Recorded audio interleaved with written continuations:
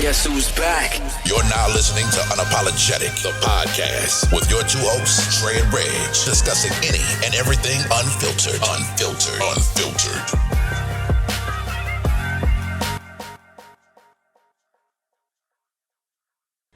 When Skylar get older, she like bring a boy to the house to meet you, and he Okay.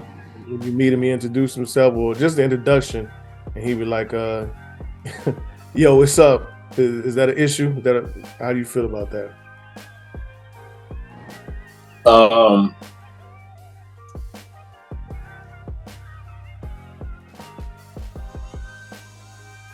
Yeah, I'm not rocking with that. Not off rip. Not until I give you that. Not until I give you the green light on that. Yeah, I ain't your friend. Just for us to have that type of communication, like you don't know me, though. Right? Yeah. I ain't your friend. Yeah, we not friends. You know me, bro. Yeah, you look at it like young blood. You don't know me like that. What up? What up, though? Yeah, I'm looking at it like. But niggas. Well, you know how niggas are these days. Like years from now, it might be different too. Nigga might look at you like, I mean, what's up, OG? What you trying to do? Look at like What I'm trying to do? Yeah. Old nigga, what you want to do? So we should be 18 in 9 years. I won't even be 50 yet. So, I'm with all that nigga. 9 years. That's what 20, 32? Something like that. Yeah, I guess. Yeah, 9 years from now. Yeah. Something like that. Whoa. She'll be 18. You'd be like, what's up, OG? I mean, what you trying to do? You looking at me like, Lord willing, and what I'm doing now, I'll be in immaculate shape. So bring that shit on, little nigga. Yeah, nigga, I sized you up because you out your motherfucking mind. That's what happened. What's up? Right. Get it.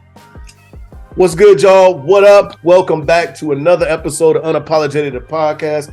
Y'all know who it is. Y'all know what we do. Y'all know how we get down. Dre, Reg.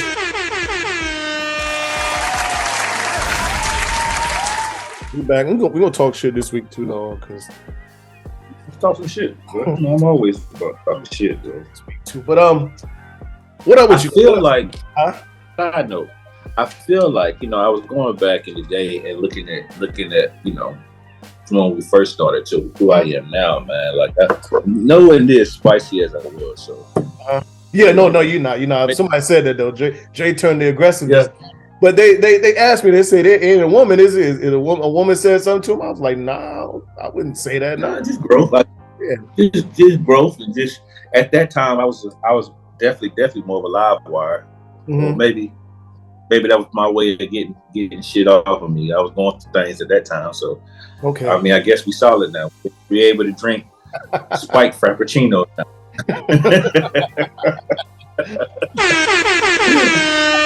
Well, yeah, fuck it. But I feel that way. Fuck it, nigga. Like last week, I told the motherfucker I owe my ass whooping. I hope he heard it, but I had a couple people hit me up about that shit. So I know you said it, and you meant that. And you put emphasis on. If we said it, we meant it. I saw that. I like that. Because if I ever go that way, me and you in the casino, or we somewhere in Maryland, DC, Virginia, run into this motherfucker, I'm gonna ask him what the fuck is up. Hey, where's that ass whooping that she should have let you give me? And in the words of the great philosopher Pimp C, and a fight come with that, nigga. Right? Yeah. I want that ass whooping that she said she stopped giving me. She stopped. You don't know.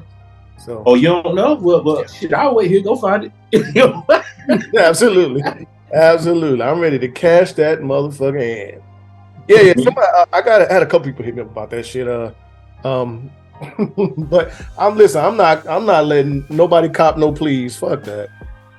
Nah, we ain't let shit slide. Yeah, it ain't no. She meant it the way I heard it.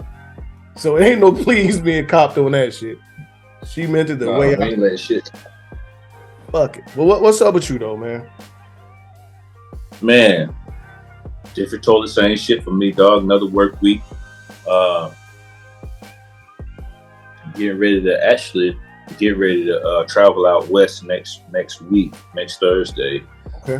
For a little bit of work, hopefully a little bit of play, hopefully, but ain't no guarantee with that. What the fuck I got going on? Yeah, I was about to say you can't work without playing though. But I understand. Yeah, well, they make it hard around this bitch. Yeah, but I'm still find a way to move and groove, man. Mm-hmm. So, but yeah, man, everything's solid on this end. I can't complain at all. Mm-hmm. What about you? I talked about it. I'm good. I'm out here on the West Coast. I'm out west. I'm pretty sure your trip out here, the location you're going to be, you'll have, if you get the time, you will have much more opportunities to do things than I have. So, shit. You probably will. I'm pretty sure you will.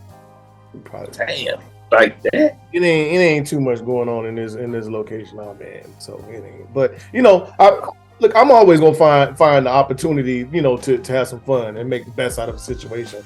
But it's not bad. I'll say that it's not bad, but it's not a lot going on. And me and you talked about it. The culture is lagging a little bit, and when you are used to being in the South and seeing how things go in the South, it's different. Right. But yeah, I mean, I'm enjoying myself. I'm having fun. I mean, it's a break. I'm relaxing. Doing the same thing I'd be doing at home anyway. I'm just out of town and hanging with some friends and doing other shit. But I got a chance to be on What in a Relational Fuck podcast. Meet up with Mike D from BC and Toxic Tosh. Yes, sir. Shout out to them friends of the pod. Absolutely. Get them started. Had a good time, good episode. Y'all should go check that out. What in Relational Fuck. I felt like I was listening to actually before we got on, and I feel like a damn rookie, my nigga, because like my podcast voice wasn't there. I'm moving back and forth with the mic, so my voice got low at different points. So I'm like, fuck, I know better than that shit. You know what I'm saying? I listened to it last night. Like shit we was doing when we first started, when I got the microphones and shit, you know what I'm saying? Trying to adjust, but yeah, so right. I know better next time. But I was in the room, I'm looking back and forth talking, so I'm turning away from the mic. So, but yeah, it was low in a lot of areas, but I had a good time. Seemed like y'all had a good time, bro. Enjoyed it. We gotta get this episode, this Dirty Mac in 2 episode. I've been waiting to do it. We gotta put the shit together. Feel like we're gonna have a lot of fun. Me, you, and Mike. I'm with it. Me, you, and Mike. I fuck with Mike, man. Yeah, he cool as fuck, man. Mike, hey guy. So we talked about something last week. Just the friends conversation, and not willing or not wanting to ask people to do things at times. And I think people took that shit the wrong way, because that's not the case. Like if I need something, or I want to, I feel like I ask you, hey, I need some help with blah blah blah. I don't have no issue with that, but there are, times to where people make you feel like, what I'm saying? Like you don't really want to ask nobody, to do something because of something somebody else may have said, or done or whatever else, but I know the people I can count on and trust, you know what I'm saying? Oh, so okay. Yeah, like okay. Like you, I know, I ain't never got to worry about, you like, damn, Reg, you couldn't do this solid for me after I done da da da da da da da. And the same way with you, you know what I'm saying? Like I said on that last episode, right. Credit is good here. You ain't got, there ain't no credit check for you when it comes to shit. You know what I'm saying? And right. So but yeah, I think people took that the wrong way. I mean, so would they feel like you was like throwing shots or some shit, or what? Probably. I don't get it. Probably. That's probably what it was. I don't know. I mean, but like I said, that along with owning an ass whooping, if I said it, then I said it. And if you got a problem with it, yeah, there's plenty of ways we can be reached. So. It is what it is, I mean, but even like so for instance, I mean, it's levels to everything. I mean, and people feel kind of a certain way about certain shit that we say. Even like me being, me just jumping on the plane and leaving. I only told like 5 people where the fuck I was going. You, Tip, my mom, right. 3 new, season new, probably about 6, maybe 7. You know what I'm saying? Everybody don't need to fucking know. And if I ain't tell you, I ain't tell you. Then well, it is what it is. It don't mean you not in some hierarchy in my life. I just didn't fucking tell you. I told the people I felt like needed to know. And there it is. So whatever. And tuck your skirt in, B. Right.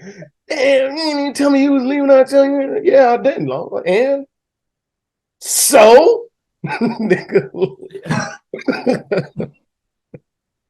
whatever.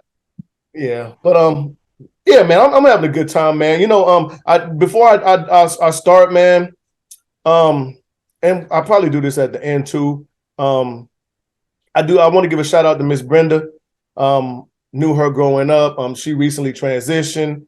A little hard, but she was laid to rest this morning, which is Thursday. The 9th? Today's the 9th, February 9th. We want to shout out to her and condolences to the family. I love y'all. Y'all know I'm not going to put the information out there because they haven't even posted nothing or said nothing, and people won't know who I'm talking about. But I'm just saying the name. Yeah. But they haven't put nothing or let people know, so I don't want to invade their privacy or whatever. But I do just want to say that for me, get that out there. Because we've been talking about things going on. I know you recently had some things going on probably the same day. That was last week. Yeah, man. Wow. Yeah, bro. Wow. Yeah, bro. Yeah. Yes, wow. But on that note, I'll just say, man, RIP to Charlie's Hall, and most people know as Geisha. I used to call her Chicken George back in school and shit, just joking with her. But somebody I grew up with, man, and one of my best friends, it happens to be, his woman. Yeah, she was laid to rest as well this week, dog. So it's been rough, prayers up to Justin and Geisha's family and all parties involved, and the baby too as well.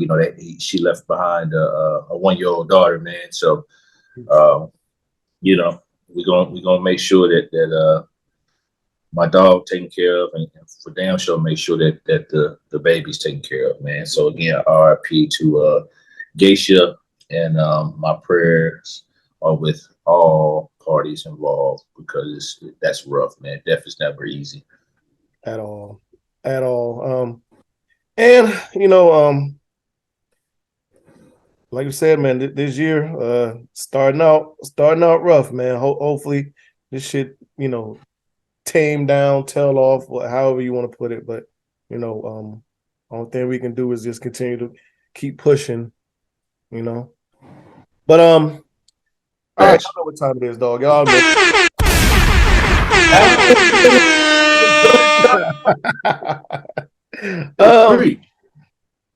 We're gonna try to get in. I'll always say that, and then we end up talking about sports about 30 minutes. But there's so much that we could talk about with the UNC basketball team right now that we have talked about it probably a lot within the last 2 days, probably longer than that. I don't know. I'm exhausted about talking about this team so far, but where do we start with this basketball team, though? Where do we start? Well, I purposely put on the colors, right? Purposely, because shit, they're not lifting my spirit. Shit, I needed to do it on my own. Fuck it, right? That's just what it is. So we can start with what's been going around in the media, man. Let's start there. Okay. Let's start there. Let's just jump into it. I guess that's the only place to go and start. Because that if that's what's going on, that seems like the route. Because the shit on the court ain't worth a fuck. So we might as well talk about some shit off the court. Okay. So go ahead. No, you got it. No, but so for those who don't know, our starting point guard which is R.J. Davis, and our starting shooting guard, which is Caleb Love.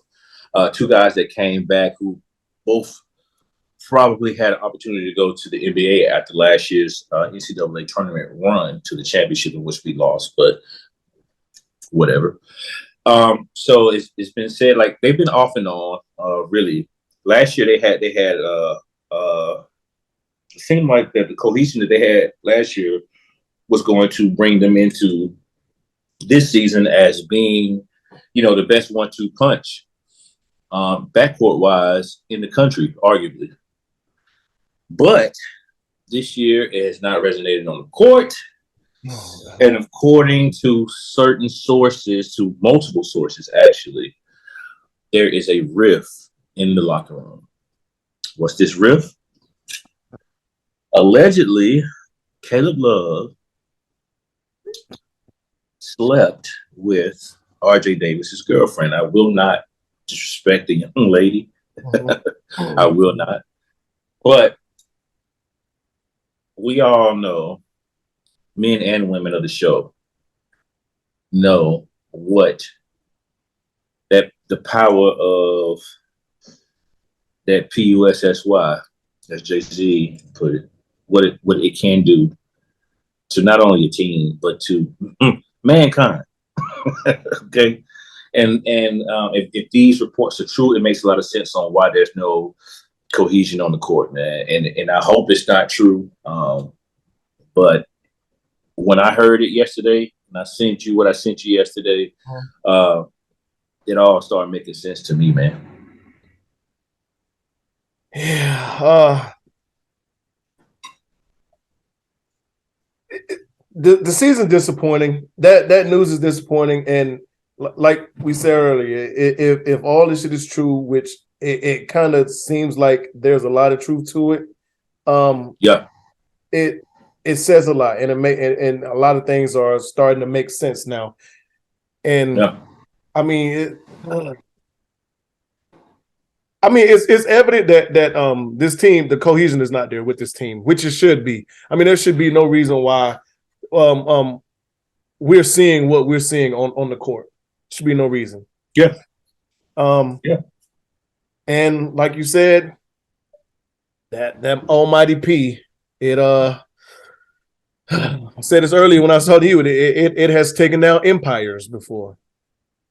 Yeah. It might look like it's taking down this damn Tar Heel empire that we should have had this year. Quickly. Yes. Unfortunately, man. For guys to like that to have the type of future that they have ahead of them, this on court play, means a lot into, getting drafted, where they get drafted, and if they get drafted. At this point.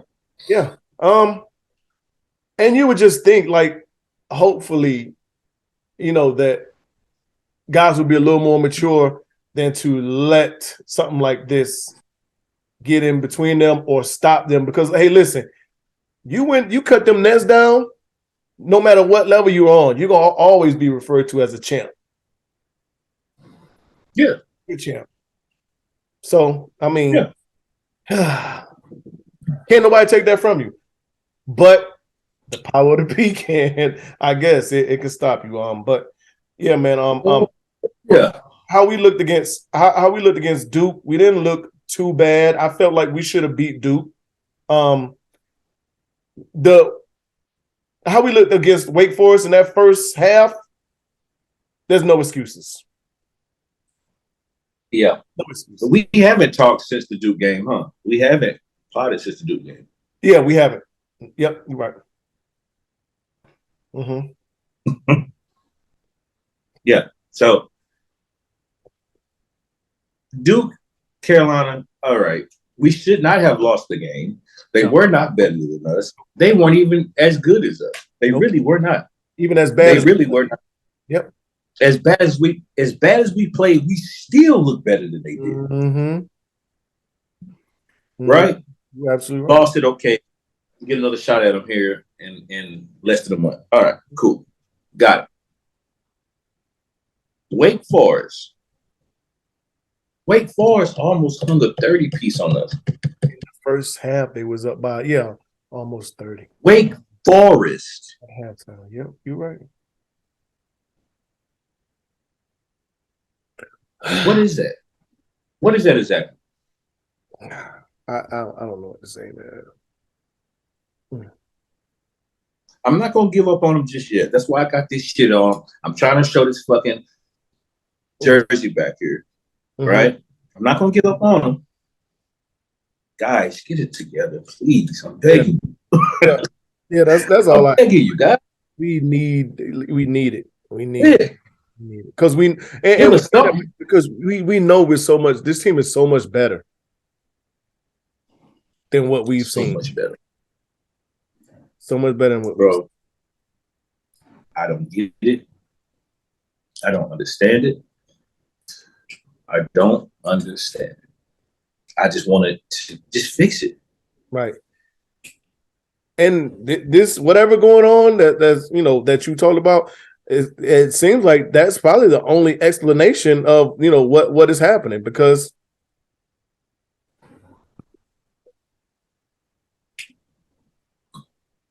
I saw that. I saw that. Yeah, I saw that. Yes, yeah. All right. We locked for life. All right. We'll see. Yeah. Gauge Kelly posted something too. But show it. Show me on the motherfucking court. Not in no IG story. Don't talk my head off. I don't care about. Right. I'm not putting. I told everybody I don't put much stock into social media. And we've been around long enough and seen the media games, to where people will, okay, the rumors aren't true. Me and such and such is good, and then next thing you know, when this teammate get traded to another team, the tell-all story comes out. The motherfuckers wasn't really that cool anyway. Absolutely, yeah. Because I'm pretty sure now that Russ ain't in LA, we're gonna start hearing a whole lot of different shit about how he wasn't good in the locker room. We hearing shit about motherfuckers talking about they was exhausted with the whole LeBron James thing, and they're happy that it's over now. But about, so yeah, I mean, yeah, I don't want to see that shit on the stories. I want to see that shit on the motherfucking court, nigga. But yeah, don't. Yeah. So all-star snubs. You got any? You got any? You want to go over the? I can pull up the reserves that came in. There are a couple snubs for me. All right. I know. I should have already had this shit pulled up. All-star reserves. Oh shit! I'm putting up. Oh yes, yeah. All-star reserves. Let's see who we got here. So the reserves for the Eastern Conference is Bam Adebayo, Jaylen Brown, DeMar Rosen, JoJo, Tyrese Halliburton, Drew Holiday, Julius Randle. For your East. Okay. Or do I see any snubs from the East? I do. Okay. Who you got? I think Ice Tray was a snub, though. Okay. Well, I do have one. It ain't Ice Tray though. I'm gonna say Paolo. Carroll. Okay. All right. That motherfucker's playing ball. Yeah, he playing ball. What about James Harden? He'll be the rookie of the year. I was thinking about that.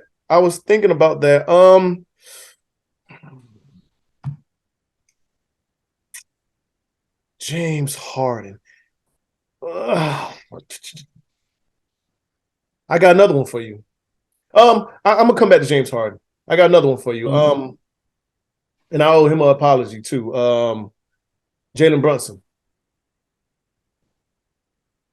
Okay, Brunson. Okay. Because I said the jury's still out on him, and he's performing better than what I expected, and better than what he was doing in Dallas. He done took it to another level.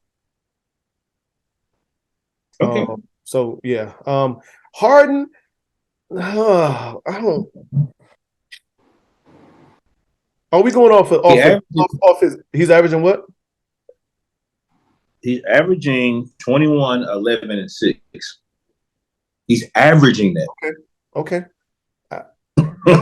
He's averaging that. Yeah. On a contender. Yeah. I can't take that.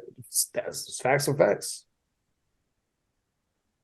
Which the numbers probably look better than Tyrese Halliburton and Drew Holiday. And Julius Randle. Come on. And DeMar Rosen probably. Come on, man. Come on, man. I don't think there's any more that I could no. That's it for me for the East. As far as I can think that are snubs. Okay, for the East, for sure. All right. So Western Conference, Paul George. I got 2. Shai Gilgeous. Jaron. Yeah. That nigga's filthy, boy. Jaron Jackson. Dame Lillard, Laurie Marketing, Ja Morant, Domas Sabonis. Okay. So I think an obvious one we probably could say is Swiper, right? No question. Number one. Swiper for sure. Swiper for sure. Ant-Man. Ant-Man is another one. Absolutely. Yeah. Ant-Man, dog. It's wild. I could drop Paul George and be fine with it. And not because of the game, because we know who Paul George is, of course, but I just don't think he performed up to what we used to seeing from Paul George, this year. And he probably hasn't had enough games. I don't know. It just feels like he's missed a lot of games, but Swiper, Ant-Man, those are definitely 2. I don't know. I'm not mad at Anthony Davis not being here because I don't think he's been an all-star this year. He's had some good games here and there. I'm not mad at Klay not being up here. People were saying those are 2 big snubs. I don't think Klay has played like an all-star this year. Klay? Yeah, he's had good games here and there, but for the majority of the year, he's been. His stats might say otherwise, but I don't know. I would go with Ant-Man and Ant-Man and Swiper as snubs before them 2, before Klay and AD. I think they're more deserving. I agree with that. Jaron Jackson, So if I was to take 2 off, it would be Paul George and Jaron Jackson for me. You would take off Paul. You would what? If it was 2 that I would take off, if I wanted to slide Ant-Man and Swiper in here, it would be Paul George and Jaron Jackson. Yeah, because is Jaron Jackson gonna fucking? I don't know, man. I don't know. I don't. I guess you got to go off numbers, right? Is that what they're going off of, numbers? Because I haven't really paid attention to Jaron Jackson's numbers, honestly. Yeah, I had great kid. I actually had an opportunity to meet him and talk to him. Great kid. But yeah, I don't know. Reserves are by the coach. So whatever the coaches base this shit off of, their picks, I guess. I don't know. I mean, but it. Yeah, I don't know. I don't know. You care anything about these the most recent fights in the NBA? No. Okay. And here's why. Because at the end of the day, nobody's swinging on anybody because they know what's going to happen when Commissioner Silver comes knocking come Monday morning. He's gonna give you a week. Right. Yeah, because the past Monday morning. Yeah. The past 2 altercations, they look like in both instances, them motherfuckers had every opportunity to throw hands and none was thrown. So whether it was Mo Bamba and Austin Rivers or Dylan Brooks and Donovan Mitchell. Nobody threw hands, so yeah. Right.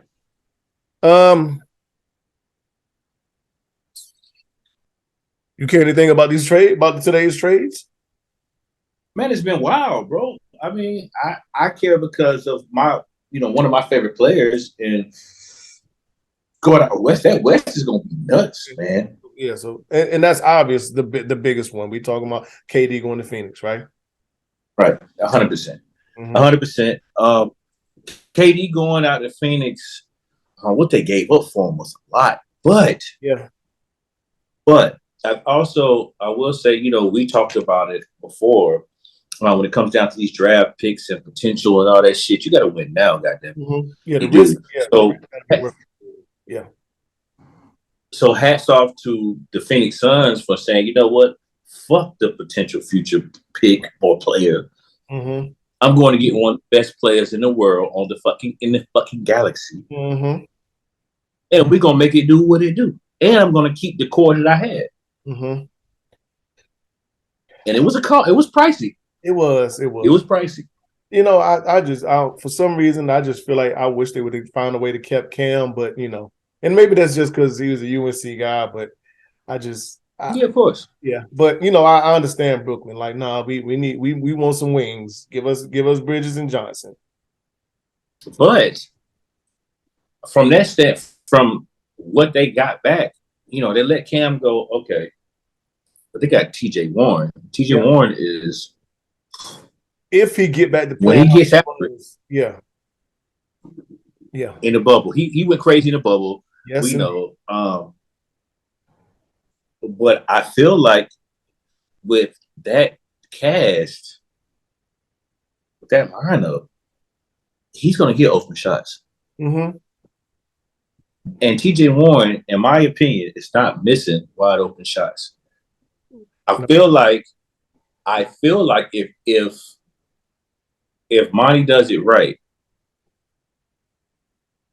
I feel like he could possibly get the same looks that Draymond gets. Okay. I'm not saying he'll be the same type of player as Draymond, like the guard, the lunch pail, hard hat, dirty work type guy. I'm not saying that. Maybe he will. I don't know. Okay. But I'm just saying, based on Aiden being on the floor, CP3 being on the floor, KD being on the floor, Devin Booker being on the floor, somebody's going to be fucking open. Right. You're right. You can't double off nobody. You can't double off nobody. That's what I'm saying. But teams are going to try to. Yeah. Somebody's going to be open. May God be with them. Listen. If you're doubling off a Booker or KD, you got a problem. You don't want to win. Yeah, you don't want to win. And I don't see how you can double off Aiden because he ain't going too far away from the basket. That's what I'm saying. Easy dump, yeah. So, but he can though. Wait, he can though. Yeah, he can. He can. Kyrie and Luka. And we're not gonna talk about all these trades anyway either. But we talk about the major one. I think that's major. I think for the Nets, they're going to have to figure out, Jason Kidd's the perfect guy, figure out how they're going to play together and then manage minutes so that they all can do their thing. You know what I mean? Well, not all, but Luka and Kyrie can do their thing because we saw last night what he did. Right? I mean, he showed us that, hey, don't get it fucked up. I'm still him. He did what he's supposed to do, right? Yeah, of course. I'm still him. When you go to a new company, you always wear that new uniform you want. Yeah, so yeah, I mean, yeah. Yeah, I'm still him for the naysayers. Now, what happens when Luka comes back? And I feel as though Jason Kidd will figure it out. If it's up to me, if I and I'm no coach by no means, Luka still is ball dominant. Yeah. right? Mm-hmm. And we give Kyrie the opportunity to just go out there and cook. Right. Right. Because Kyrie don't need the ball in his hand. He can play off ball. Yeah, he doesn't need the ball. Right. He nasty with that motherfucker, Yeah. but he doesn't need it. Right. Luka does. Yeah, and the only thing with Luka, I just feel like you got to get him to get a ball up earlier. Like you can't. Yeah. Giving somebody the ball with 3 or 4 seconds left on it, and like here's your shot. Nah. I mean, you can do that with Reggie Bullock, Pence, and Tim Hardaway Jr., all them other people. But a guy like Kyrie, here and there, yeah. But you can get him the ball with 10 seconds left in the shot clock, and he's gonna get you a good shot. He gonna get himself a good shot. So yeah. The Lakers moves. I mean, that was okay. I'm interested to see what's gonna happen with Russ. Yeah. But speaking of the Lakers, we can give a shout out to LeBron for becoming the all-time scorer in NBA history. And that's as far as I'll go. I congratulations to him. I don't never get into the GOAT debate or conversation, and that particular achievement is not going to validate whether he's the GOAT or not for me. Because I think there's always there's more to it than for me. For if I say Mike is because of achievements and how he made me feel, what I liked about the game. He was the one that made me fall in love with basketball, shoes, all this other stuff. If it was Kobe, it's because Kobe did this. It's to me, it's a whole bunch of other things. Scoring title, not a scoring title, but becoming the number one all-time scorer is not going to validate or invalidate anybody for me. Yeah, it's most of the game is just points. I mean, people. It's a lot of people that don't know basketball are going to say, "Hey, he scored the most points, game over." Mm-hmm. Right. But it's much more to basketball. I think more so. I think for LeBron to be in that conversation, well, the reason why he's in the conversation is because of the other things and the other list that he's on. Mm-hmm. The assist conversation. I think he passed John Stockton this year. Yeah, in assists, yeah. Yeah, right. So he's top 10 in assists? Yeah, I think he's like number 9. Yeah, right. So it's like for the leading scorer to be top 10 in assists, that's nuts. Yeah. I'm not saying I feel like he's the GOAT. He's a GOAT. Yeah. I'm not gonna say I'm give him he's still number 3. Honestly, he's still number 3 on my list. I'll be honest with you. People might not like that. Fuck it, fight me. You know what I say. He's still number 3 on my list. Okay. But as far as like most skilled, I think he's the most skilled player that absolutely. we've ever seen. That's undeniable. Yeah. For what? Yeah. Absolutely. Here's an interesting take real quick. We don't got to go deep into it. Someone said this. They said that they was like, I'm not a big Russell Westbrook fan, but I think the triple-double record that he broke is a harder achievement or better achievement than just, becoming an all-time scorer.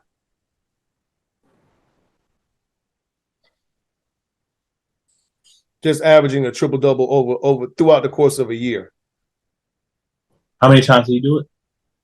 Russ has 4 times, right? I think 3 or 4 times, yeah. 4 times? And he's the only one that has done it since Elgin Baylor.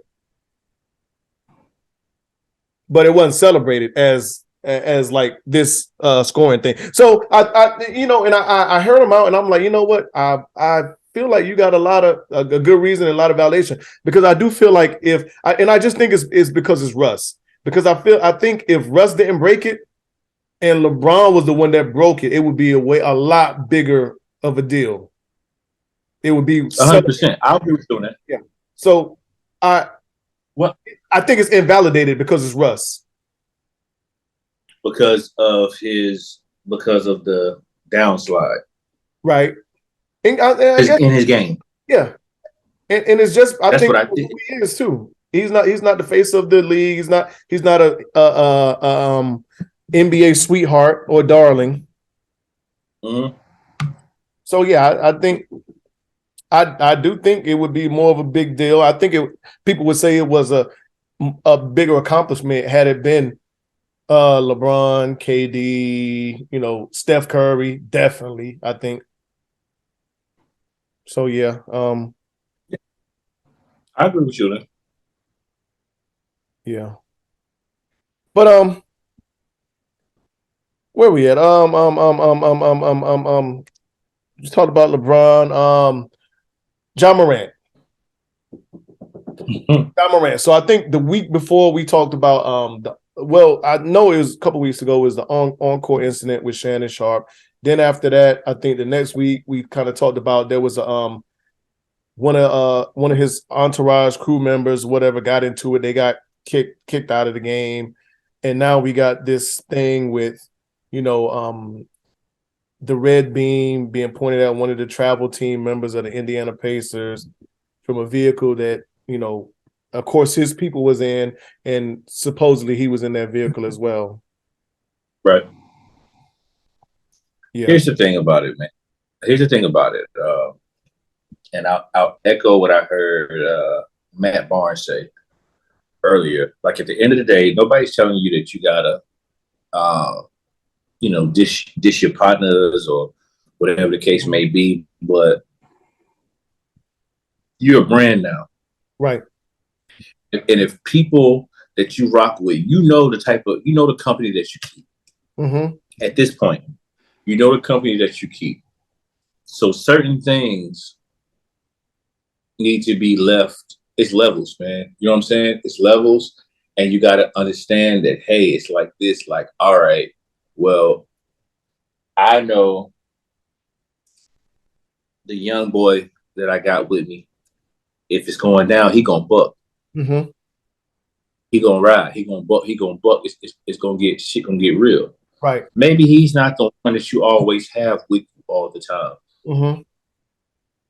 Maybe you have him at the crib with you.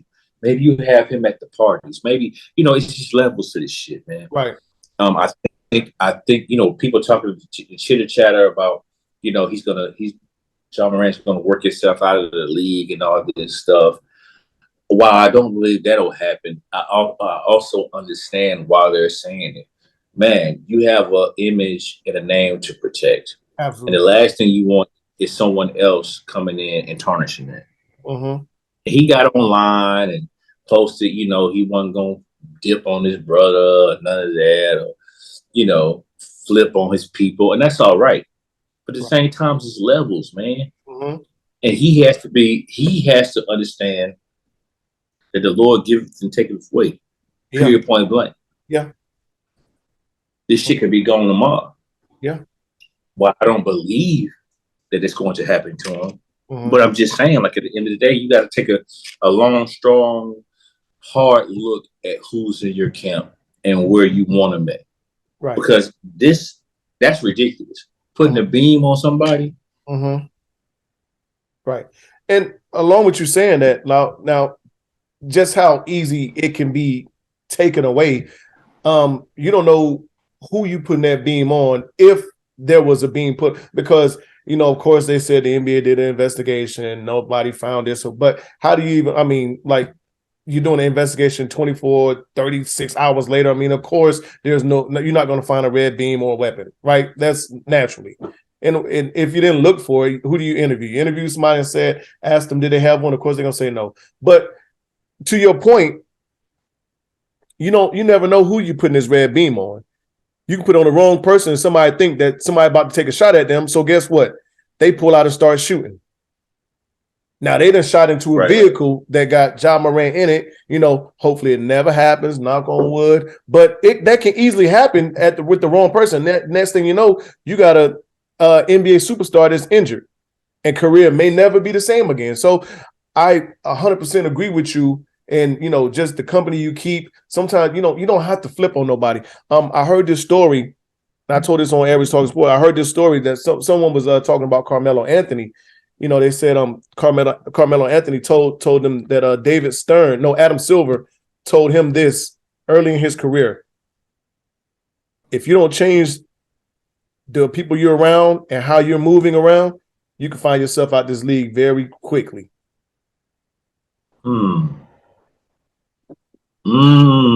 Said Adam Silver told Carmelo Anthony that early in his career because he was like moving the same way at times, and Carmelo Anthony, when he came in the league, he was like that. Young boy from Baltimore. Yeah. In the streets. So yeah, I agree with you 100%. He don't have to drop his friends. He don't have to let go nobody. He don't have to flip on nobody. But you got to understand who's in your best interest to help. And I understand you might want to have people around you that you feel like going to protect you. But there's people out there that's trained for that too. And I would probably, with the money that he got, I would probably rather have them, because they have my, best interests. These other people, well, they have their best. They have their best interest, and their best interest is to make sure you're good to go. You're good to go. Nothing happens to you, and their license. Yeah, their license. It looks a lot better.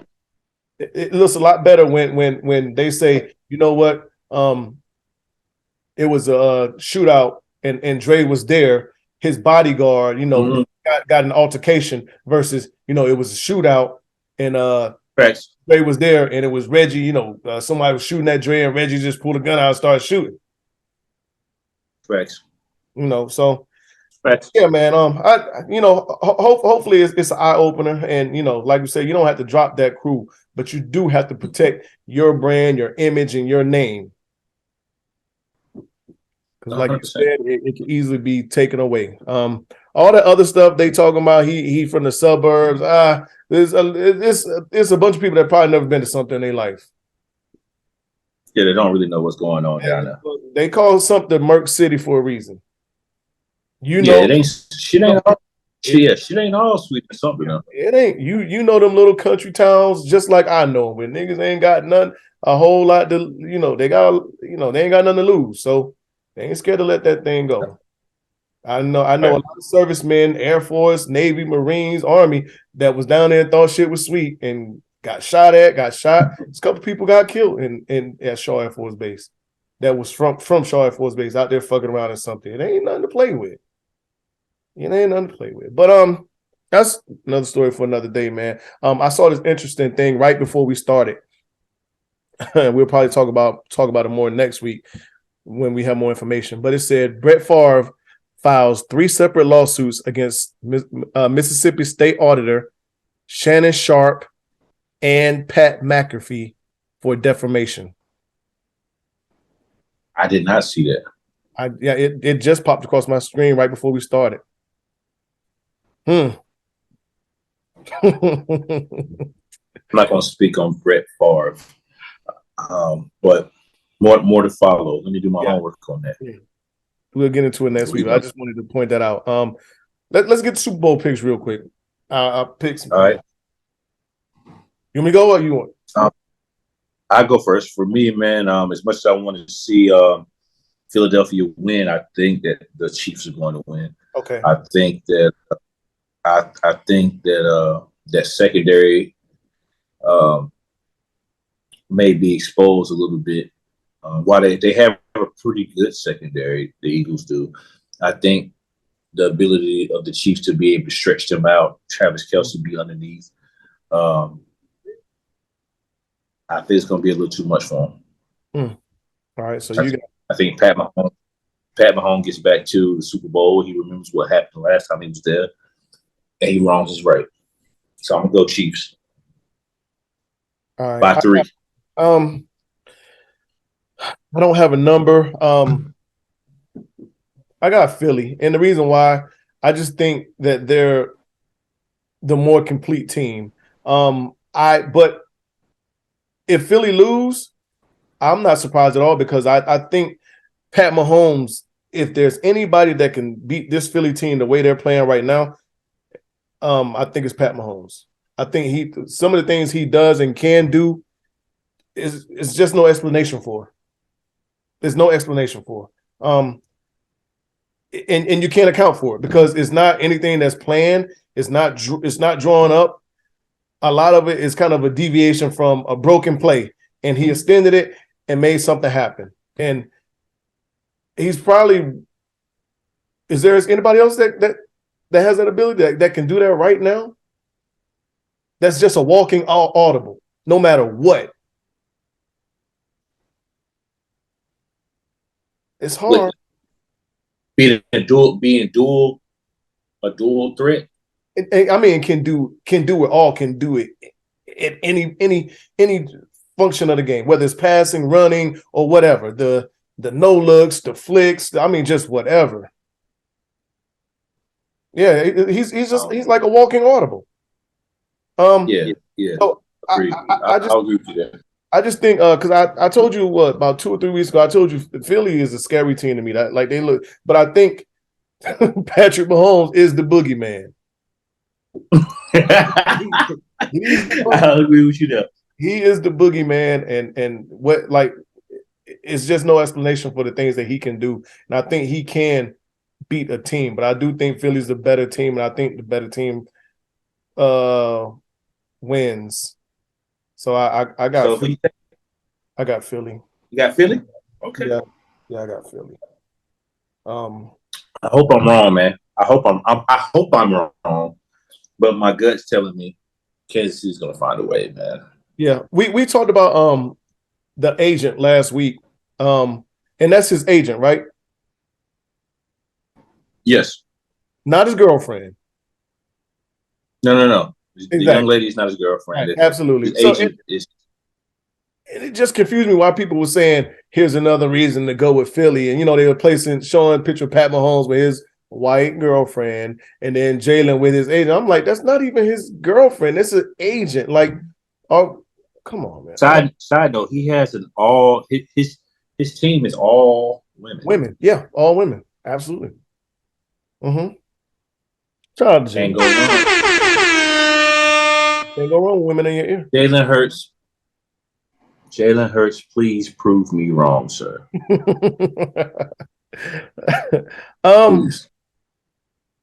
I really don't care about it. I got the Grammys in these notes, but I don't care enough to talk about the Grammys. I didn't even really watch it like that. Well, okay, fine. What we can do is point out. Talk about it? We don't have to talk about it too much, but we can go with things that we need to point out, and we could point out that shout out to who I call King B. Okay. Beyonce for becoming she has the most.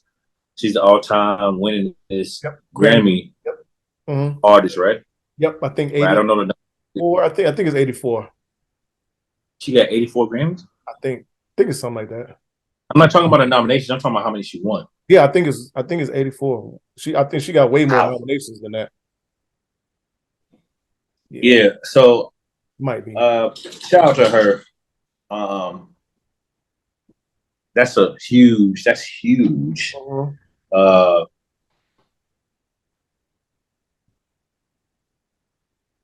It is. I mean, what can you say? What can you say to that? Like, she's her. A world icon, dog. Mm-hmm. You know what I'm saying? Like, she's one of the great. She's been one of the greats, but she's definitely cemented another milestone. You know what I mean, amongst artists, right? And she is who she is. I can honestly say that I've yet to listen to her latest album, but I'll still give her kudos for who she is and what she's done, dog. Like, it's phenomenal. Man, that's dope. Stand corrected, 32. I don't know where I got 84 from, but 32. So it's probably nominations probably 84, but 32. But 32.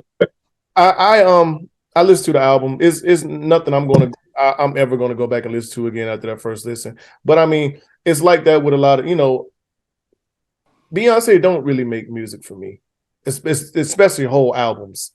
It'll be some songs here and there sprinkled, but for the most part, Beyonce, just like so I mean, it don't take away from who she is, because she's a good entertainer, good performer, good music maker. So it just wasn't for me. The album wasn't for me, and I get it. Everybody album ain't for me. You know, just like Drake's last album before the Her Loss wasn't. No, not Her Loss. What was the one before that? The one before the one with him and 21 Savage, the Caribbean dance techno, whatever. That wasn't an album for me. You know, he knew his demo, and he made music for that demo. So, I guess the one thing we can talk about, because we're gonna get more into it, is the whole Quavo and Offset thing. Okay. So supposedly they got into it backstage. Right. Or, you know, I guess they wasn't going to. I guess the Grammys wanted them to be on stage together. Quavo didn't want Offset on stage with him doing a Takeoff tribute, and supposedly they got into it. Offset said that's cap. He'll never fight his brother. Videos say that there was something going on because there was a lot of ruckus commotion going on. Cardi was screaming, "Y'all, this is fucked up. Y'all better than this. Whatever else." Da, da, da, da. So who knows? But I don't know. The differences that's had. Do you think there's something big enough to be like, you know what? I can't let this slide. I don't want you on the stage with me. Even though you know the moment is for a quote unquote brother, even though we know he's not a brother, he's a cousin and a nephew. But from this seat, no. Right. Okay. From my seat, no. Right. Mine too. But we don't know the real reason why they are not a group no more. But outside looking in, absolutely. Like I just like I don't know, man. It's a good tribute. I do wish they would have done it together, you know, and that's family. But I mean, one day it'll come out. I don't know your thoughts on it, but yeah. I know I agree with you. I echo what you're saying. It would have been nice to see them both together, you know, celebrating Takeoff. But it didn't happen, unfortunately. And man, and just what's to come after that, you know, even with the whole you know, what J.Prince has been saying and how, you know, J.Prince, it seems like J.Prince has aired it out, although you know, Whack 100 and Big U both have spoken out on some of the shit that J.Prince is saying in reference to Offset, as far as like calling whomever he needs to call, what reaching out to him, they're saying that Offset reached out to J.Prince and tried to get some crap, you know, ironed out when it came down to some gang shit. Them trying to protect Cardi. Cardi said it was bullshit. Whack 100 said it was bullshit. It's a bunch of nonsense that we really don't have to go into. Right. They were just pretty much fact checking J.Prince. But to get back on topic, it's unfortunate that the two of them could not come to an agreement to pay tribute to their brother. Agreed 100%. So speaking of J.Prince, we might as well get to it. The interview on $1 Million Worth Game. Yes. I know you listened to it. I listened to it as well. I told you I felt like he was doing a lot of double talking and the whole what it would look like somebody got to check in with me when they come to Houston. But it behooves you when you come in town that I know that you're here. So for your protection. Yeah, right. So I'm not the smartest man, but what does that sound like to you? Get down and lay down. Yeah, right. It sounds like you got a motherfucking check in. Get down and lay down. Get down or fucking lay down. That's what it sounds like to me. And that's been a thing in the media for quite some time. We come down in Houston and J.Prince and shit. that. So like when I heard him say, "No, I don't know what they talked about," like, come on, bro. Right. Yes, the fuck you do. Yeah. Because you've been on record saying mm-hmm. You got to check in. Now that you're on a major platform like $1 million worth of game, bitch, don't backpedal. Come on, J.Prince. You're right. Keep it a thou while. Stand on what you say, man. Yeah, that's it. 100%. Because I mean, stand on it. Because if you don't check in, them boys gonna be on you. So guess what? You check in. Maybe I'll put one of my boys with you, the crew with you, and people will see that, okay, they rolling with Mob Ties. Mob Ties know they here. We don't touch them. But we hear about that shit in Detroit. It's certain motherfuckers like Trick or whoever. You gotta, hey, look, I'm in town. You know? At one point. Trick for sure. Mm-hmm. In Detroit. Mm-hmm. So you know, somebody was it was like I saw this shit, it was funny. It was in the comment section, but it was like, it's just like in Atlanta, you got to check in with Monica when you come. I was like, but they was like, people are laughing. They said, y'all are laughing, but y'all don't know, like, Monica is one of the most connected people in Atlanta. I'm like, okay, all right. I don't know. But I mean, dog, let's just be honest about it, bro. Like, yeah, she A-Town all the way, but first and foremost, like, she has children by Rocco. Mm-hmm. People don't understand. You never heard nobody try to run up on Rocco and shit. Like, Rocco's one of my favorite artists, by the way. Okay. But you never heard nobody run up on Rocco, though? At all, no. You ain't never heard no static with Rocco. Mm-hmm. Rocco do what the fuck he want to do. Mm-hmm. And, you know, her lover, which is not from, well, at one point, who was her lover? I don't know what the situation is, but, I mean, she's connected to, you know, C Murder. I mean, those are two powerful names. Yeah. So it might be some validity in our culture. It is I feel as though there's some validity in it. I've never heard it, but it makes sense. It makes the light bulb came on as soon as you said it. As soon as you said it. As soon as you said it, it made sense, though. As soon as you said it, you don't ever. Hey, look, she pop her shit whenever she feel like it. Hey, I'm heading to Atlanta. I gotta hit up Monica real quick. Let her know, so she let the goons know I'm in town. Back off. No problem. Please. Yeah. And that's the thing. Like you might not have to like pay these niggas or nothing, but you gotta let them know you there. Gotta let them know you there. If I was in the industry, I'd probably call Monica. Yeah. Monica, I ain't no bitch, but at the same time, like, look now, move freely now. I ain't that's stupid.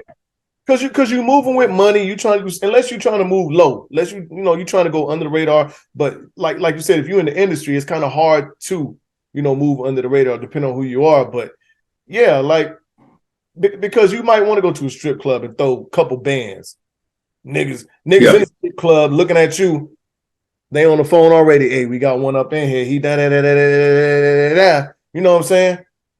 And you in there minding your business, having a good time. You just throwing money. Now you know niggas outside waiting on you, or they following you when you get home. But I mean, depending on who you are, you made that call.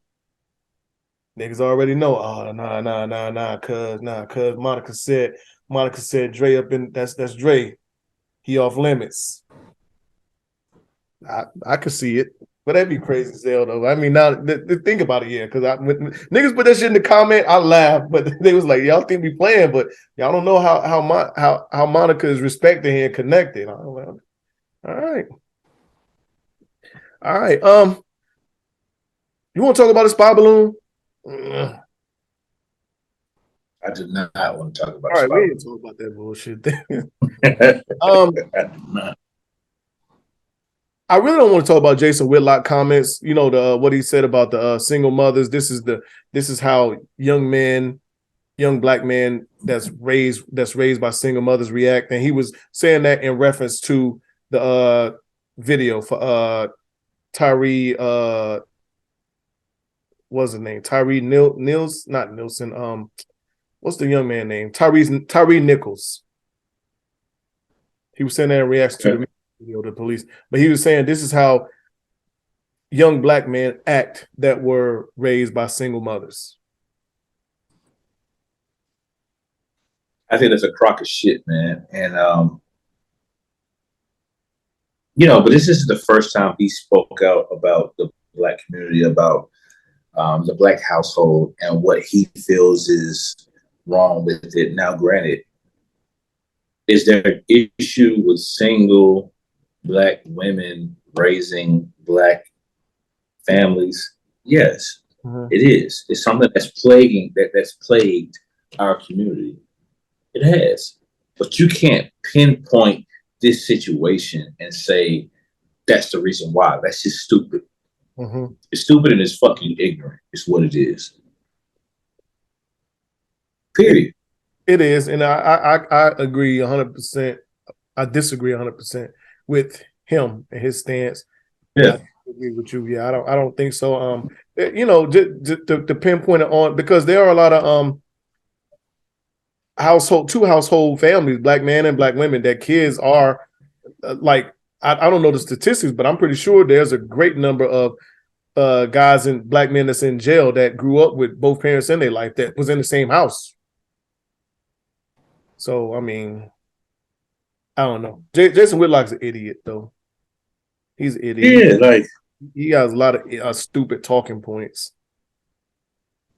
Bro, I feel like he says shit for clickbait. I'm not gonna give him too much time, man. I really don't fuck with him. But I just feel like it's clickbait, though. Right. Some of the shit he possibly believe is true. Yeah. We'll see. But yeah, just for him to point out, just single out, that black women are the reason is a bunch of bullshit. Fuck up. It's a bunch of bullshit. I did see this thing about Josh Sills, and that is very interesting to me that we haven't heard anything about it on any of these major platforms. And for those that don't know, Josh Sills is he's a player for the Philadelphia Eagles, and he's been indicted on rape and kidnapping charges. And this stems back to the year of 2019. Throughout the time, we've heard all about Deshaun Watson. We've heard about Kyrie Irving. We've heard about numerous incidents with different guys, but for some reason, this Josh Sills thing is not news anywhere. Why do you think that is? I don't know. I try not to make everything race related, but what else can we call it? What else can we call it? Because I mean, there's numerous incidents, i.e., the Brett Favre thing. We just had what's my man name? Rogan, right? No, Dana White. Dana White swept under the rug like it never even happened. And if we just want to keep it football, we have Deshaun Watson, who was accused of allegedly, and I'm going to say accused because he was accused, and it's alleged because it was a settlement, so he was not found guilty of anything, and he wasn't found innocent of anything. So it's all allegations of receiving or asking for improper massages or exposing himself to women. To me, and it's not being insensitive, but raping and kidnapping a woman is, and I'm not being, like I say, insensitive, but I think if you was to ask a rape victim that was kidnapped, do they feel worse about what happened than a woman that was asked to give an improper massage or is being flashed? I would say that the person that was raped and kidnapped probably dealt with more trauma, but everybody deals with things different and look at things different. But I don't know. I don't know about that. I think, like you said, like people deal with trauma differently, right? Right. So I don't one hand doesn't wash the other, for sure. But I understand why you're saying what you're saying. To the naked eye, or to the listener, you know what I mean, who hasn't been in it, I understand why you're saying that.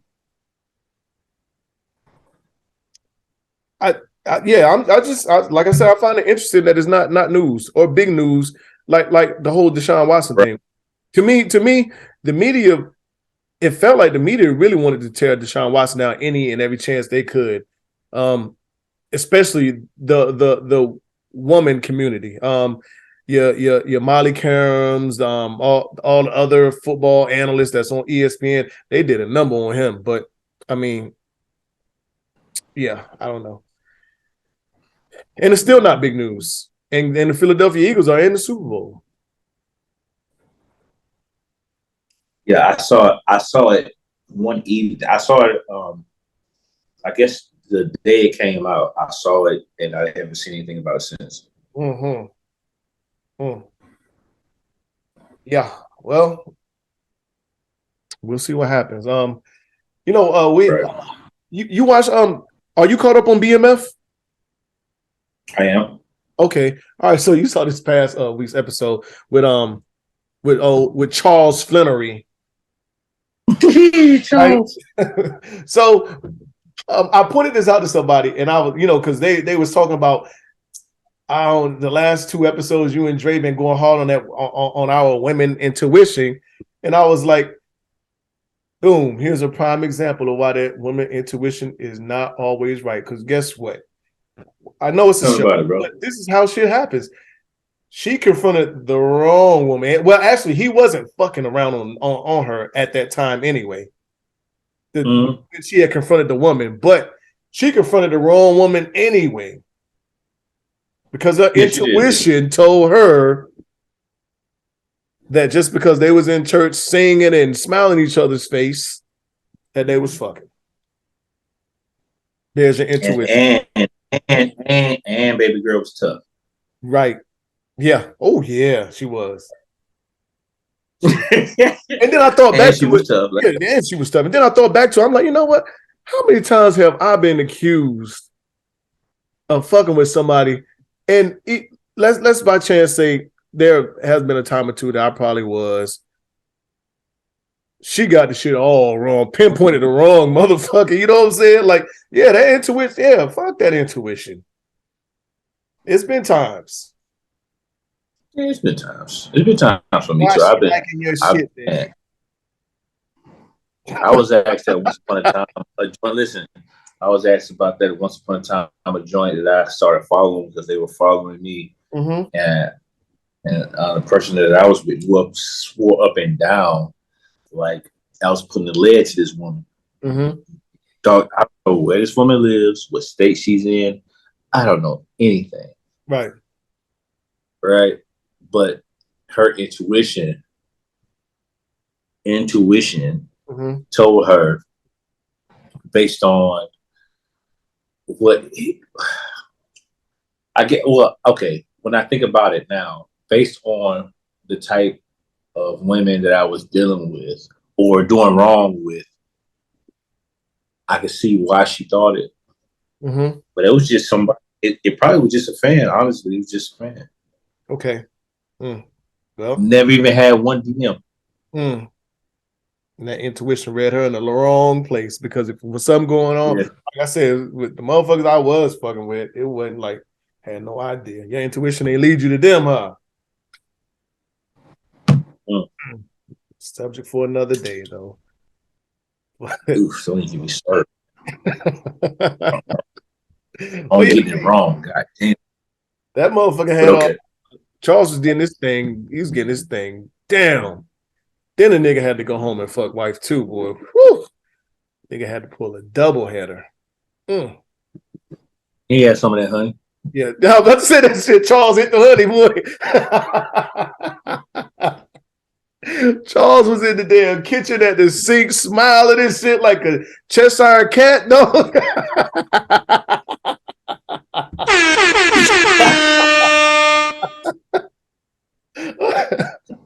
Yes, sir. Charles went stopped straight at the damn CBD store on the way home. Hey, cuz Charles got this shower.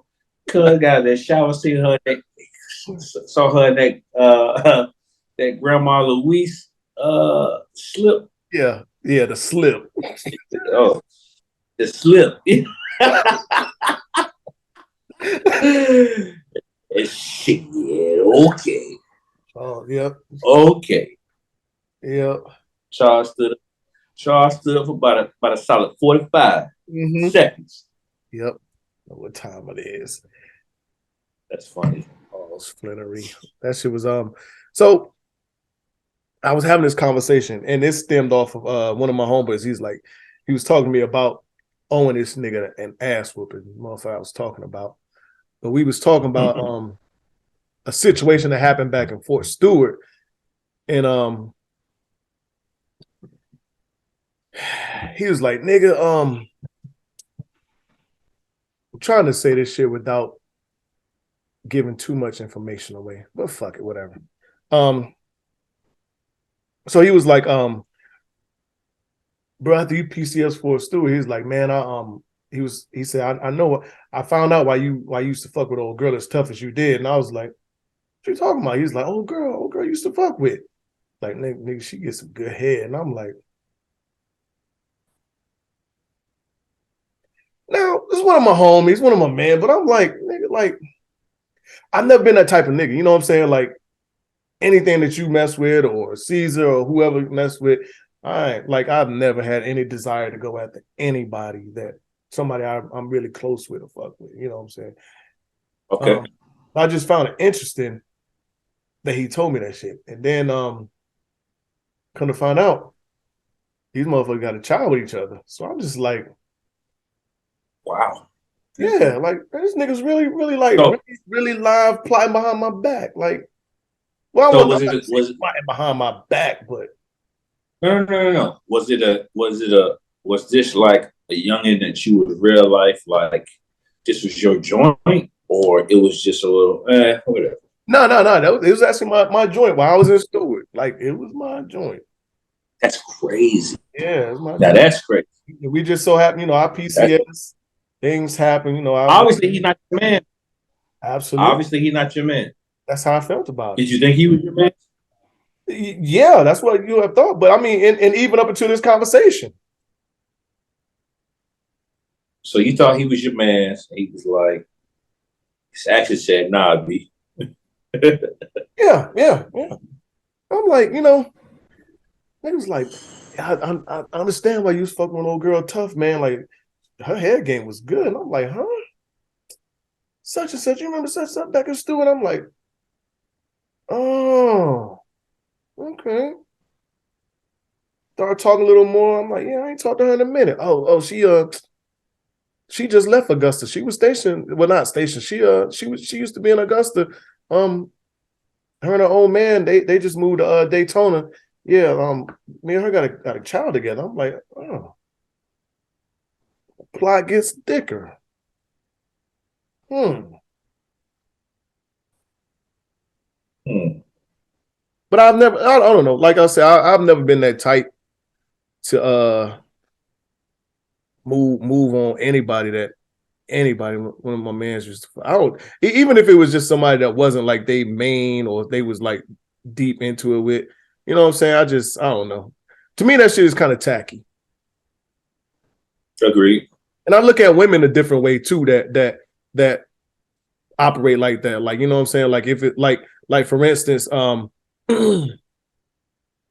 let's just say it was, somebody somewhere you was messing with, you left, I hollered at them, and they moved on with me. And then, you know what I'm saying? I would, well, take me out the equation. I would look at the woman different. That I know her. I'm like, damn, she was fucking with my man Dre, and now she fucking with his homeboy. One of his niggas, you know, like I don't know. That shit just that seems funny to me. Seems funny. I agree with you, man. Even with the whole, you know, because you might have been asked this question a bunch of times. Just being in the army, being different places, deployed, and all this other shit. Niggas ask you like, how was it? How's that pussy? Okay. Somebody that you hit, you know, way back in the day or randomly, you know what I'm saying? They ask you how it is because they want to make a move, and you like, well, here's the thing with that, man. When I was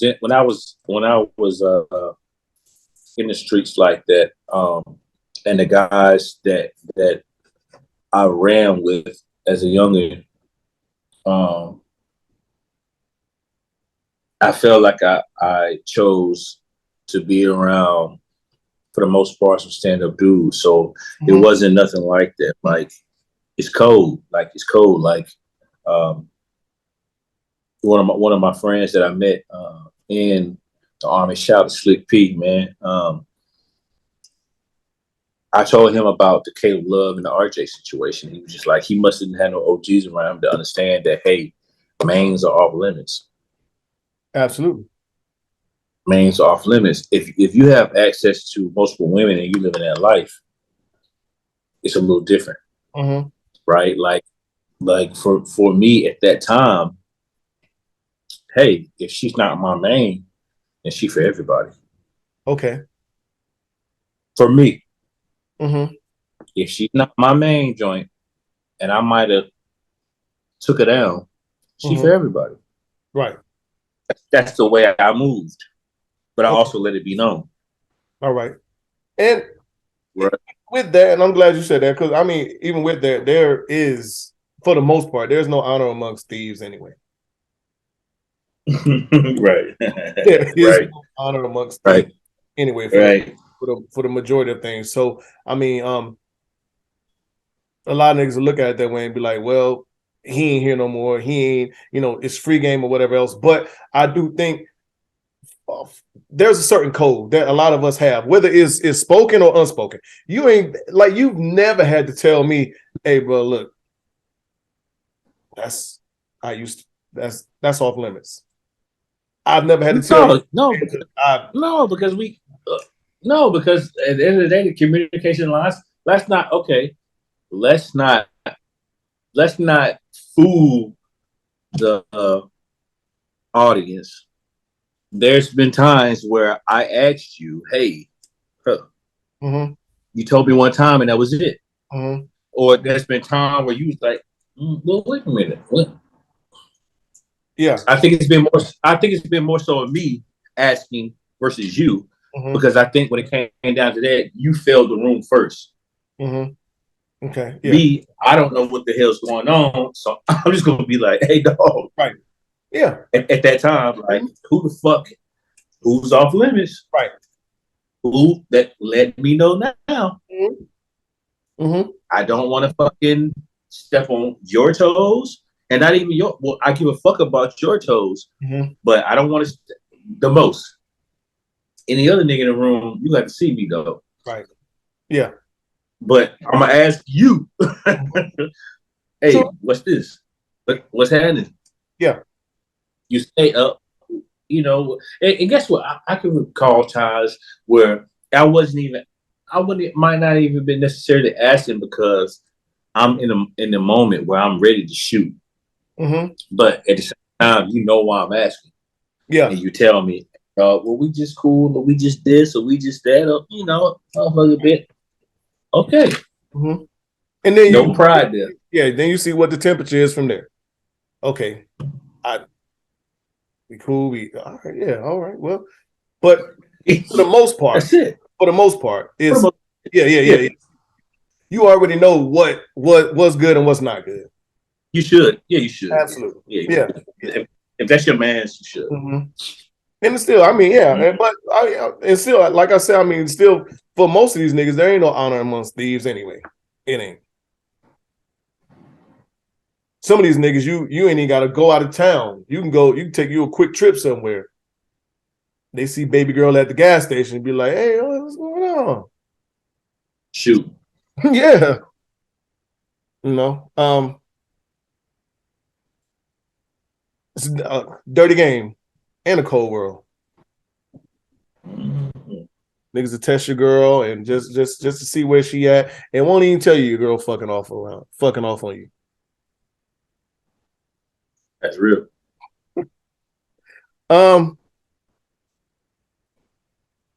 Here's a hard conversation. Well, it might not even be really hard. Having to explain to your kids or your child that mom and dad is not together no more. All right. I'll use me an example. That was years and years and years ago. I forgot how old Passion was. But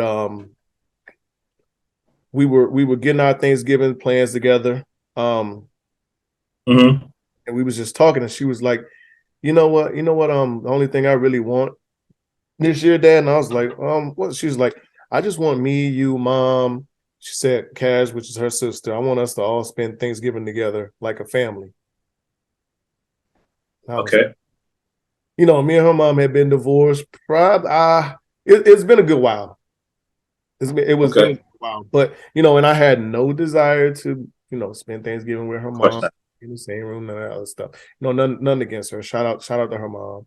But you know, just when that type time, you know, and I think I was probably on the verge of a relationship or probably seeing somebody at that time.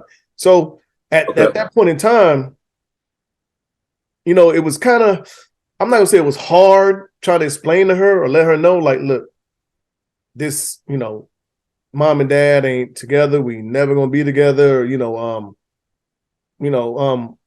but you know, especially that being her only wish that she wanted. Mm-hmm. But I found that a hard conversation.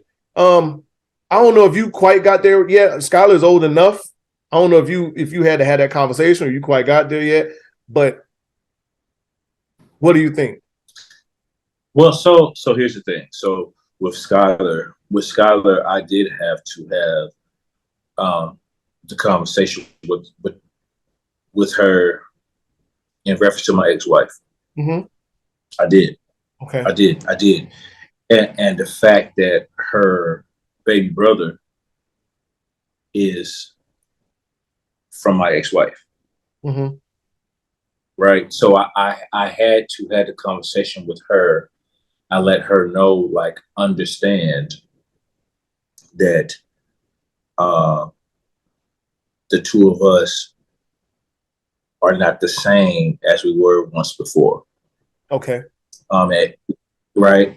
And I had to do it because, you know, I give a lot of credit to Shonda for being there for Pooh when, as far as like how she viewed herself, Mm-hmm. right, and her self-esteem, right. So when it came down to me and Shonda splitting or whatnot, like I didn't have a choice but to let my daughter know, because obviously she heard Shonda's voice every day, but Shonda wasn't checking for her. She was checking for Adonis. Mm-hmm. Mm. Right. So I had to have that conversation with her, like, okay, you know, Shonda it's not like she doesn't love you or nothing like that, but her and daddy are not the same as they once were. Right. Right. So I'm on the clock with this iPad. Okay. But I did. I had a conversation, and I hope, based on what I saw, it seemed like she understood what I was saying. All right. So I have had a hard conversation. How tough was it for you? Very tough, because this is who my daughter knew as far as who's going to be with my daddy. I got my mama. I got whoever my mama's with. Mm-hmm. I got my daddy. And I got whoever my daddy's with. And this is my family. This is my support system. This is what it is. But it's not like that anymore. Mm. Right? Mm-hmm. So it was tough for me because I had to understand. And now I have to also let her know because daddy not going to be alone forever. Right.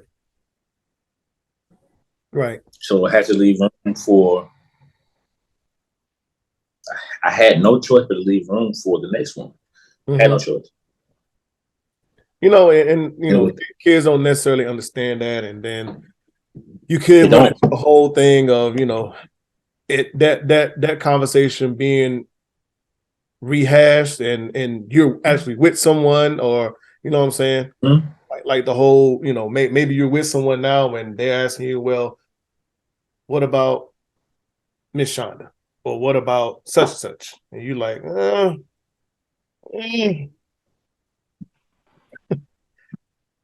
that's not gonna happen. This is who Dad is with now, and that's it.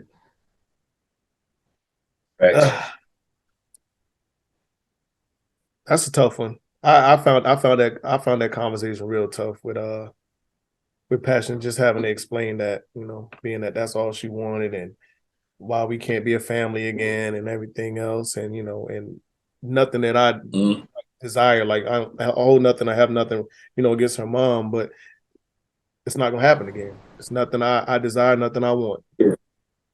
Yeah, I never asked my dad. I never asked my mama. I never asked my mama why her and my father went together. Not one time ever.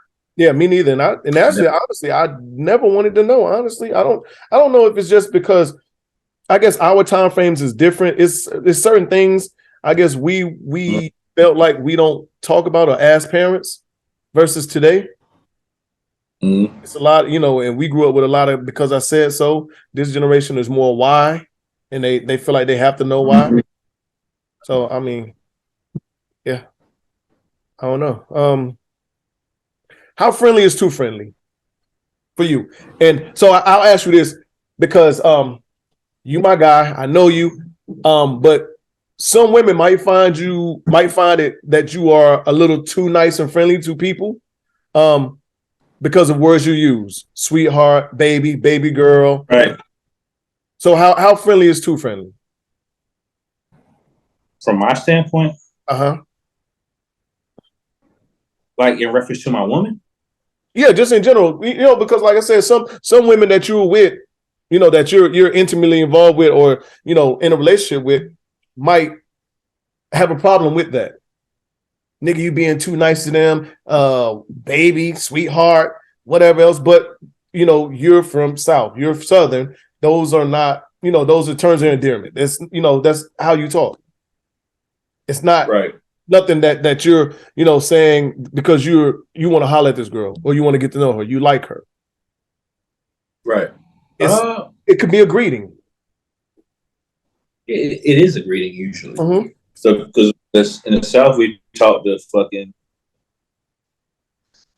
treat. Well, me personally, and I'm sure you had too. You talk to you. I was taught to speak to every woman, whether it's we've spoken on it here before, whether it's the lady at the Waffle House or it's, I don't know, a congresswoman or whatever. You know, you talk to them with respect and you talk to them and you make them feel like they're $1 million because you never know what they're going through. And those words or those phrases or whatever you want to say might help them through their day or help them through their situation as a man. Okay. But I think too much for me, I don't really know what too much is, Reg. I don't know. I would like to, and the reason why I don't know is because I think that any woman that I'm with or I'm dealing with, like, they're gonna respect me as such, as they do. Like, right. So, what are you doing? Like, I don't care about hugs. I don't care about. I guess don't neglect me for the next man. Okay, I agree with you, and I honestly I don't know because,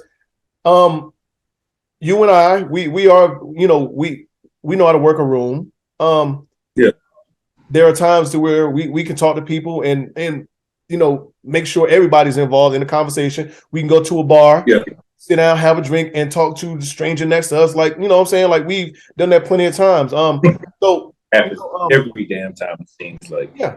So I honestly, I mean, a conversation is a conversation. And it brings me to think of me and Rachel went to a bar to see one of our homeboys. He was serving, and there was this young lady sitting next to me, and I'm just having a conversation. We talking, but and Rachel go, no, Rachel ain't gonna kill me for this. Whatever. She said, I don't know. She made a reference or something like I was flirting with the girl, but I'm like, no, we having a conversation, you know. But then I thought about it. I'm like, you know, wow, okay, so obviously she don't know me because, you know, any of my other friends would have known that.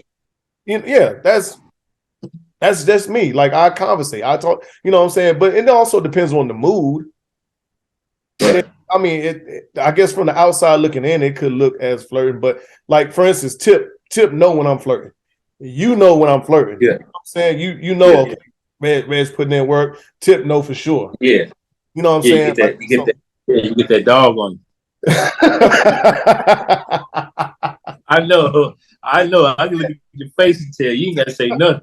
I think I'll be determined too. I guess so. That might be it. Because niggas said that in the guitar, they be like, "Oh, we know we're Red's out. We know we're Red's ready." Because yeah, niggas you be locked in. like Maverick on Top Gun, huh? This motherfucker. Hey. The crosshairs.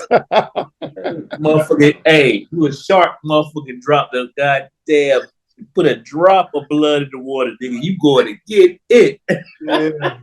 Yeah. Oh man. Yeah, it was some good days though. But yeah, so I mean, I don't like I said, I don't necessarily think I wouldn't know, but I do know like people that really know me, friends, and even if the woman I'm with that's interested in me or I'm involved with, she'll know for a fact that, you know, oh, he's out having a good time. He's being him. He's working the room. He's talking to people. There ain't no flirting going on right there. You know what I'm saying? Right. Yeah,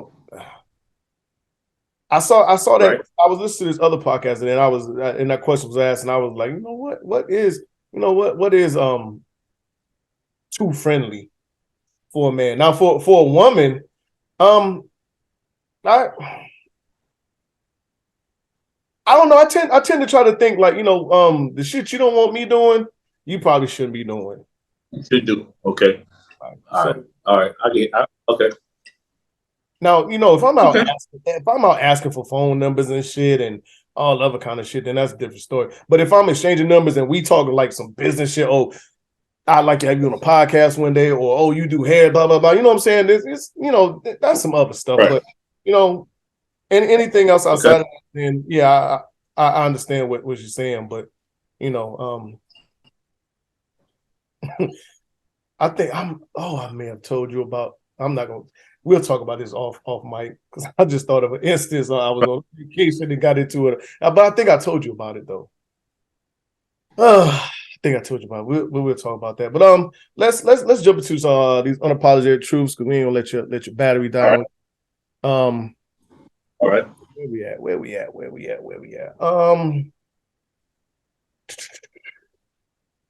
Would you rather lose your street knowledge or your book smarts? And why?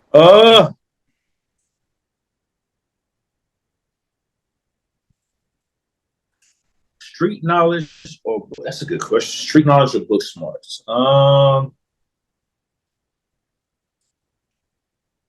for you, it's valid because I know you have street smarts. You know how to move in and out of areas. A lot of these motherfuckers don't not as street smart as they think they are, and they don't know what the fuck going on. For me, I think I'm going to rock with the.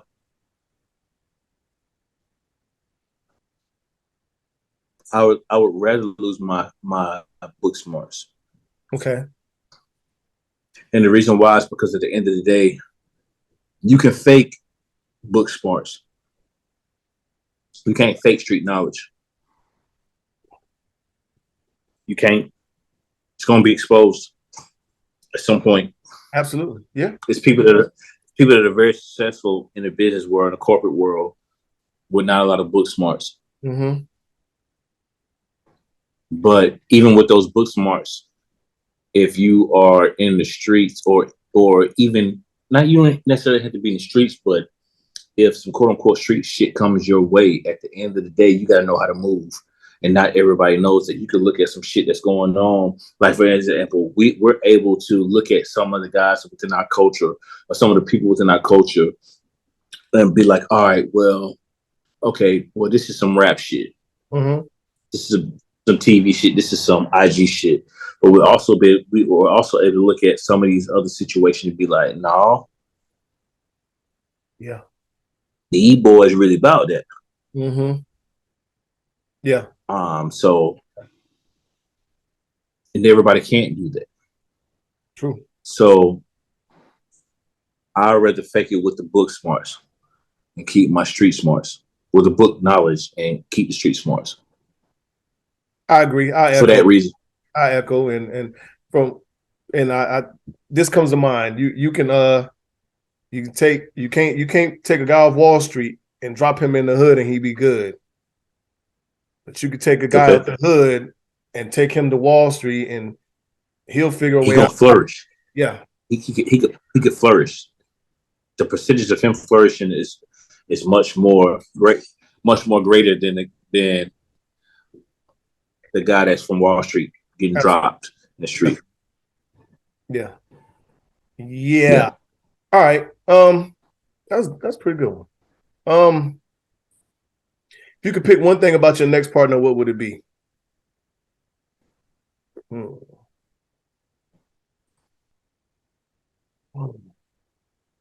About my forever partner? Yeah. I'll say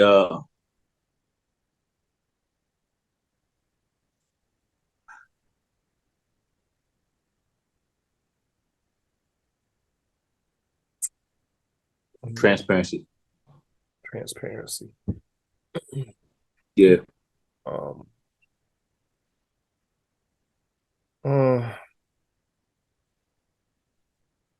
I'll say understanding. Okay. Understanding. Okay. All right. You know what time it is. What? Give me the 4 numbers you got. Hey, goddammit. Give me 1, 3, 7. What are we doing? 1 through 8? Yep. 1, 3, 7, 8. All right.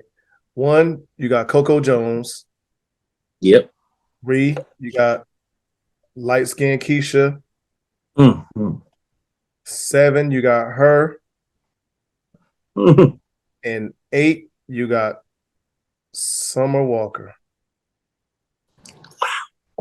All right, I'm gonna get right to it. My wife is gonna be her. Okay. Okay.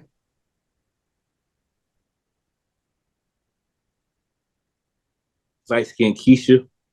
I'm gonna take her down. I want to see. Okay. Yeah. I'm with you on that. I can't. Yeah. And the other 2 can walk. I fuck with Coco Jones though. God damn, I fuck with Coco Jones. Shit. But yeah, her. I'm marrying her. Yeah, for sure. That's what I'm riding with. Her, my wife, light skinned Keisha. I want to see her. I gotta know. Yeah. And the other 2 can walk. Sorry, Coco. So for me, I'll come back. Yeah, I'm with you. Coco and her would have been tough for me. Yeah. Yeah. Those have been they would have been tough for me. I'm with you though, but you can't. I love her, man. God damn, I love her. Yeah, I do. I love her. That Coco Jones is a bad motherfucker. Yeah, she tough. Yeah, she is. Keisha and Summer Walker would have been. I would have debated between them because Summer Walker cool, man. She don't necessarily do it for me like last year, Keisha though. The appearance of her don't, but when she was demonstrating giving head, I was like, oh, I bet you Summer Walker. I bet you Summer Walker demon in the bed. But yeah, it's something about light skin Keisha that I really like. And I don't know if it's just watching her on Power. Yeah, it's something about light skin Keisha I like though. She seemed like she got a little ratchet in her, a little hood, like she bowed it, like she ready.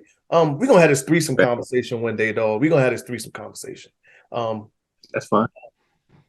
I got a kind of interesting story about it, but it ain't about like having them. But we'll talk about it later. All right, that leaves me with Ari Lennox. Tim's. Saw her in person. Tim's.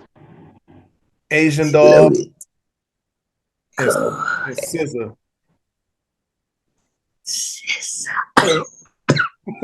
Oh God. So right off top. But I already know how this going. You already know. Right off top, SZA. When I showed you that picture, listen, whatever she had done, she had it done right. Oh my God. Jeez. SZA's wife. She wifey. SZA only go listen.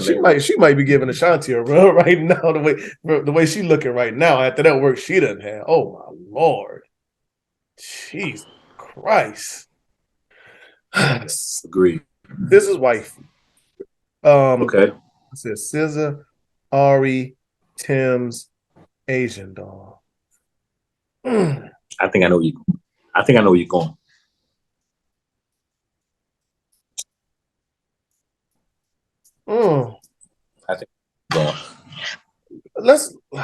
go with Ari.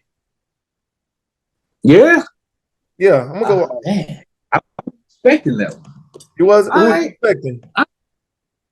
I thought you was gonna rock with Tim's.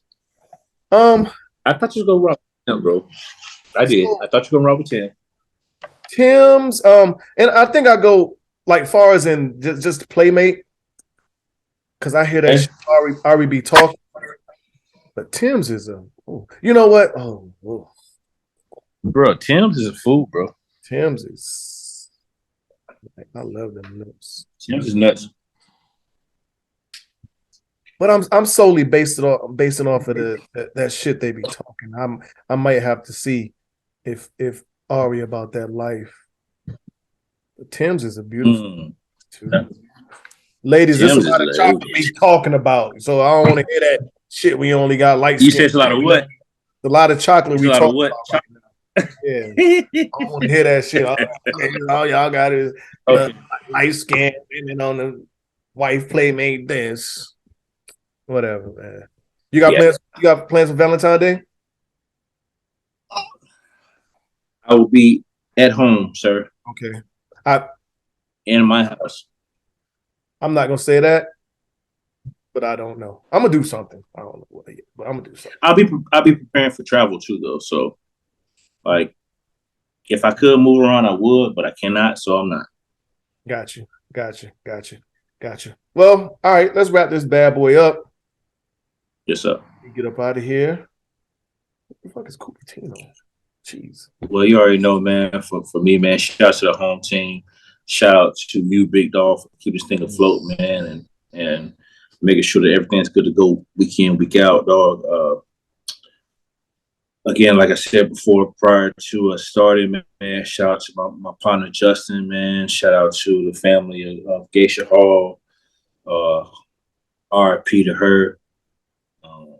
And as always, man, mental health is real. Myself and Reg, we may not be subject matter experts on mental health, but I can assure you, before you harm yourself and you harm others, please tap into our individual IGs and or Facebook, or the Unapologetic Pod Facebook and or IG, and I can assure you, we will get you the help that you need. Other than that, Big Dog, you know what it is with me. Different toilet, same shit, dog. Yes. And once again, I do want to, give my condolences and rest in peace to Miss Brenda, and condolences to the family and loved ones. This was a tough one, man. This year ain't been it ain't starting out good. Hopefully, it's only up from here, and right. Better days for the rest of the year. And speaking of, it's only up from here. It's up with y'all niggas that got a problem with anything we say on this podcast. Facts. So, I mean, y'all know where we at, how to reach us. Facts. If it's up, then it's up. I mean, whatever. We unapologetic. Facts. But yeah, man, I appreciate you as well, and you know, everything, you know, that we got going on, you know, whether it's not outside of podcasts, that just in general, you know what I'm saying? Already. You know, you're a great sounding board for real. I appreciate you checking up on me too. You know, we check up on each other often, but I really appreciate that. Appreciate everybody that rock with us, that tune in. Like, share, subscribe as always. Appreciate it. Once again, shout out to Mike and Tasha, One the Relational Fuck. Please, y'all go check out that episode I'm on. I think it's episode 30 or whatever it is. It's called Burning Bush. I know that's the title of it, but go check it out. And just shout out to everybody that fuck with me, that fuck with us. Much love and support. Thank you. We love y'all. Check on your loved ones. Check up on them. If you ain't talked to them a while and you've been meaning to talk to them, you just haven't found a chance to get to them, stop what you're doing and get with them, because it might, you know, by the time you make that move, it might be too late. Yeah, but that's it, y'all. As always, we're unapologetic, we're unfiltered. Dre, Reg, y'all know what we do, how we do it. We out of here. Thank y'all for tuning in another week. We will see y'all next week.